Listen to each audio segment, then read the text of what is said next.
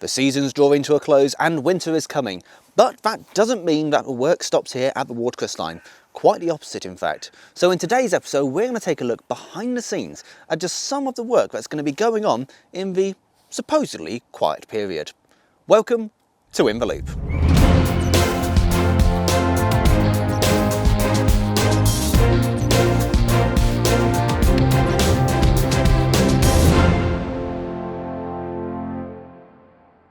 Well, hello folks, and welcome to the Watercress line, or here at a lovely, sunny, if not slightly chilly, Medstead and Four Marks. Now, with the end of the season on the horizon, that means two things here. The first one is Steam Illuminations is on the approach. Tickets are already on sale, by the way, for that one. And for the maintenance side of things, our engineering departments go into overdrive, doing big maintenance projects and taking advantage of the time when the trains aren't running. So, before we get into any of that, it's time for a quick fire look around the railway to see what's been happening since the last episode.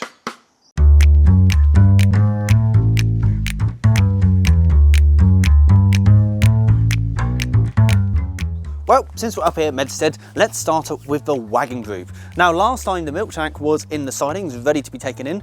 It's now been brought into the yard, they've cleaned off the bottom end and are currently assessing the work that needs to be done. Now, looking at the cattle wagon, they've taken one of the north side doors off because the wood was getting a bit rotten, and they found a few more rotten pieces as well, which the carpenters are currently replacing. Now, we've seen something at the start of the work, something during. Let's see something towards the end. Now, the Saturday wagon group have been taking on this van here. When it came to them, it was pretty much a non-runner. They've replaced pretty much all of the timbers, they've cut and welded in some new bits on the main bodywork, overhauled the brake system, and are currently giving it a repaint. So some really top, excellent work. And once it's done, it is going to look fantastic in our freight train. Now down to Ropley, and we start off with our famous little tank engine. And something new you may have noticed, the cylinder block of a new one has arrived. This is effectively the heart of a locomotive. It's where you get all your power from, and you transfer all of that steam generated in the boiler into the drive system. The old one was a bit worn out, as remember it was put in the National Cold Board days before this engine even entered preservation. The new one here is in situ. They're currently doing some alignment works. They'll be taken out. These two parts here are actually cast separately, so they need to be fitted together permanently and made steam tight. This will then go back in for final fitting and alignment works, and yes, another huge step forward with the overhaul of this locomotive. Well, it's all very well and good having a locomotive that can run, but to play his role to perfection, he needs to look the part as well. As you can see, various parts of our little blue engine is currently in the paint shop, albeit not in blue just yet. This is all undercoated. We have the cab roof here, the side tanks which hold the water, and further down we have the dome and other cladding parts as well. Currently in green undercoat. By the time he emerges, it'll be a beautiful blue engine with a lovely number 1 down the side. Another step forward for getting our little engine running once again. Well, since we're here on the line of paintwork, you may recognise this vehicle from a previous episode. This was used originally to transport cars and other vehicles to the continent via the ferries. Nowadays we use it for storage, and it's currently in here having a bit of paintwork done and some cosmetic work repairs. It's all very good unloading a bit of your coach like seats and stuff into here, but if it's not going to be watertight, you're just going to get damp. So not ideal, and that's why it's in here having a bit of cosmetic work done to it. Now, looking at our standard 475079, another item has returned, which are the axle boxes. Now, they sit on these parts here of the wheels. They're fitted to each one. They then get fitted into the frames, and essentially we're getting closer to rewheeling. Now, they do need some machining and fettling work, so they actually fit each axle they're going to be put onto perfectly. And then, once again, we're getting another step closer to getting this locomotive back up and running. Over to the right, we've got the tender. Work's continuing on that with the braking gear, and also, as you can see, they've started painting it as well. Now, over here in the carriage works, our BY coach, as you can see, is starting to get its roof back. As you can see, the hoops are in, the light boxes are above me. There needs to be cable runs made to essentially glue this all together and run the cables through to control the lighting systems. Once these are all bolted in, the whole roof is going to be lifted up a few inches. They're then going to apply the sealant between the header and the main top of the coach, and then bring it back down again. That's to make it watertight. Once that's done, the roof boards start going back on, and we will end up with a really satisfying time lapse to watch. Now at the moment they've got some of the bogies in, they're currently doing some remedial works, and it'll be going back under this coach. This coach has been taken out of service at the moment, waiting some heavy works, but it's very handy to be a sort of bogie donor.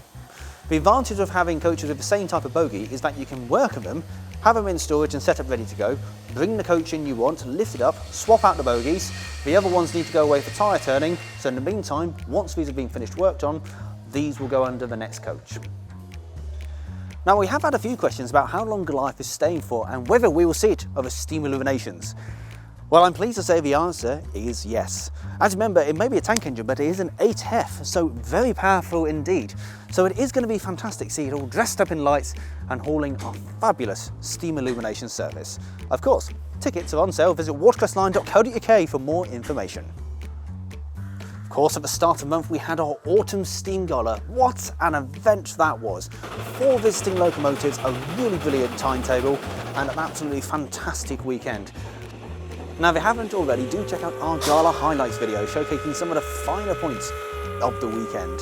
And if you do want one more run behind the 7F before its boiler ticket expires, then November the 4th is the day you want to come down.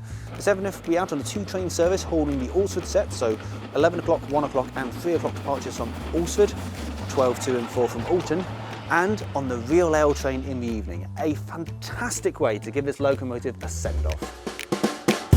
Well, a lot happening here at the Watercress line, as always. Now, in today's episode, we thought we'd talk about some of the work that goes on behind the scenes when trains aren't running. Understandably, as a passenger, well, there's not many trains to ride on, but from an engineering point of view, there's so much to do.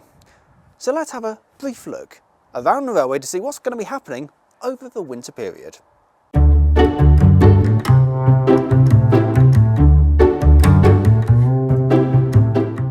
Well, since we're here, we might as well start with the locomotive side of things. Understandably, locomotives are quite handy for pulling trains. Now, 506 is currently stopped. It's going to have an annual exam in about January, February time, and it's going to have a pistons and valve exam, which needs to be done every 20 to 22,000 miles, which is, in real terms, about every 3 to 4 years. The eye of it will be the same. If you tot it up on the back of a fact packet, 506 did roughly 8,500 miles this year, so a real stalwart on the railway and an absolute cracking bit of kit. Elsewhere, when the trains aren't running, they'll be catching up on maintenance work and also doing some more heavy engineering as well, so really taking advantage of the times that the locomotives don't need to be out hauling trains. Now, looking at our coaches and rolling stock, understandably the run-up to steam illuminations is rather busy, because behind me is transformed into the coach dressing station.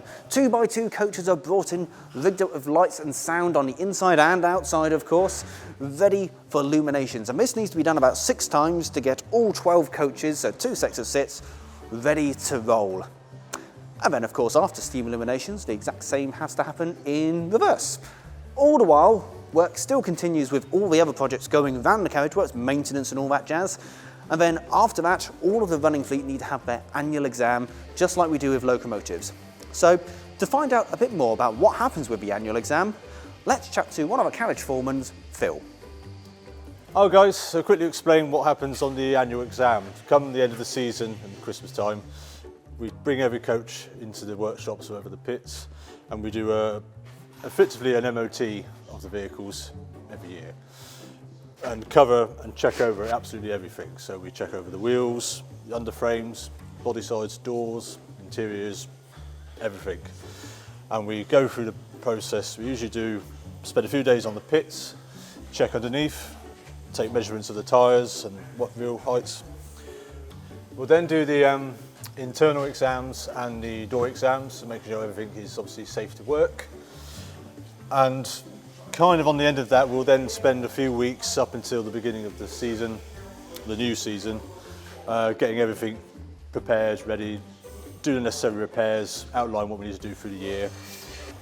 What we also do during the annual exam is do a thorough brake test of all the vehicles to make sure everything is working obviously as it should, very important. As the year comes around, we'll also have some vehicles which will be due a vacuum brake overhaul, where basically the cylinders all come off and they get overhauled and replaced with the new fittings and all newly tested, ready to go for another term. We'll now take you into the vacuum brake overhaul shop to see how that all happens. Right, welcome to the vacuum cylinder repair shop. In here we've got a cylinder that's currently dismantled under overhaul. What happens is all the surfaces get cleaned thoroughly, all the seals replaced, And then once it's all reassembled, we bring it to this side of the workshop where the cylinder gets put onto a vacuum test rig, hook up to exhauster, everything gets tested thoroughly, and then it's then passed fit for traffic, put back on the coach, and it's then good for another few years. Now, when it comes to the track side, needless to say, it's quite hard to do serious track work with trains running over the top of it, and prohibitively dangerous. So when the trains aren't going to be running, the P-Way department are going to be doing some track work, replacing some old sleepers like we've seen in previous years, and down here at Medstead they're going to be lifting out a slack, which essentially is a bit of a sag in the rail which is solved by lifting and packing. Again, trains may not be running, and this is an ideal opportunity for P-Way to do some heavy work. Now, of course, when it comes to maintenance, track and rolling stock are not the only parts that need a good maintain and overhaul occasionally. Platforms and bridges, like we see here at Medstead and Foremarks. So to find out more about the work that's been going on, as you can see some of the footsteps are currently missing, we chatted to Jerry. Hello, I'm Jerry Wright. I'm the leader of the team at Medstead and Foremark Station on the maintenance. And one of the big projects we've got is the replacement of the timbers and treads and the metalwork on the footbridge. After 27 years, we've decided that it needed a complete strip down. We're going to treat it rather like you would a locomotive, and it's going to be stripped back to its basics, and where needed, items are being replaced. And just here we have one of the items that Mark is working on, which are the treads. We're attaching some special colas named anti-slip treads, and in addition we'll be putting white lines on the very edges to improve the safety aspects and to meet the current legislation. Mark has now marked it out and will be applying some colas primer. This needs about 60 to 90 minutes to set to a tacky state before we apply the colas itself. All the ironwork on this first phase has been completely stripped back to its basics. One coat of primer, 2 coats of undercoat and 2 coats of gloss. So we hope it will last another 25 years. Now, if you have been following our videos, you may know that Medstead signal box is going to be taken out of action, and that's because the frame needs some maintenance work. Of course, in the meantime, that's a long job, so we need to keep trains running somehow. So that's currently being transferred over into here. Now, if you have watched our videos, you may know that Michael took us around, and it's well worth a watch, a really interesting setup they have inside. At the moment, the telecoms team are currently working to transfer the phone lines over, so if the footplate crew do pick up one of the SPTs, signal box telephones, instead of going through to the signal box, where there's no signal in there, it's going to go through to the new box. Just one of the many things required to get this box up and running, and this should hopefully be running for steam illuminations. Well, there you are. In what might appear to be a quiet period for the railway, the engineering department never stops, and they even go into overdrive. That's it from us this week. Thank you so much for watching. Don't forget to hit that like and subscribe button, and we'll see you next time.